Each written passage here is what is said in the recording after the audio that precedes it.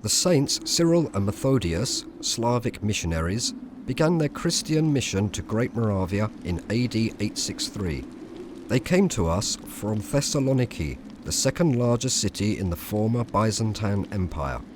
Prince Rostislav asked the Byzantine Emperor Michael III to send them in order to break from the German church administration of the Bishop of Passau and to strengthen the independence of the empire.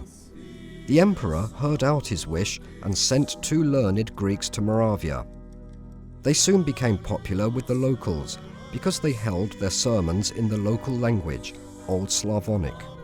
Before even coming to Moravia, Constantine, better known under his monastic name Cyril, translated some liturgical books and part of the Bible into Slavonic and created an alphabet called Glagolitic for this purpose. However, in AD 864, Ludwig the German invaded Moravia, and Prince Rostislav had to permit the return of Latin priests. Both brothers were forced to defend their way of spreading Christianity in Rome before the Pope. They finally succeeded in doing this. Constantine was already frail and did not return to Great Moravia. He took the monastic name of Cyril and died in Rome in AD 869. Although Methodius came back to Great Moravia, he had to constantly face the intrigues of Witching, the Bishop of Nitra. After the death of Methodius in AD 885, his disciples were expelled, and no stone of the Slavonic Church was left standing in Great Moravia. During the growth of national sentiment, the Royal Chapel at Dominican Square in Brno was dedicated to the patron saints Cyril and Methodius. As the bearers of national education and advocates of an undivided church, they are patrons not only of our country, but also of all of Europe.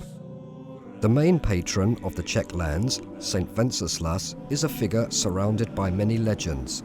However, there are very few historically credible reports about this Přemyslid prince. He was born probably in AD 907 and was raised in the Christian spirit by his grandmother Ludmila. He was said to be unusually well educated for the time. He was taught the Old Church Slavonic, Latin and Greek by Slavic priests. During his reign, Bohemia flourished. Wenceslas was very pious and peaceful, but also a capable ruler. He supported the poor and sick, reaped and pressed sacramental wine, and baked wafers himself. In order to preserve peace, he paid regular contributions to the German king Henry the Fowler. His Christian style of politics was a thorn in the side not only of his pagan mother Drahomira, but also his brother Boleslav, who probably had him murdered in Stara Boleslav on 28th of September AD 935. The day of his death is celebrated as the Day of Czech Statehood.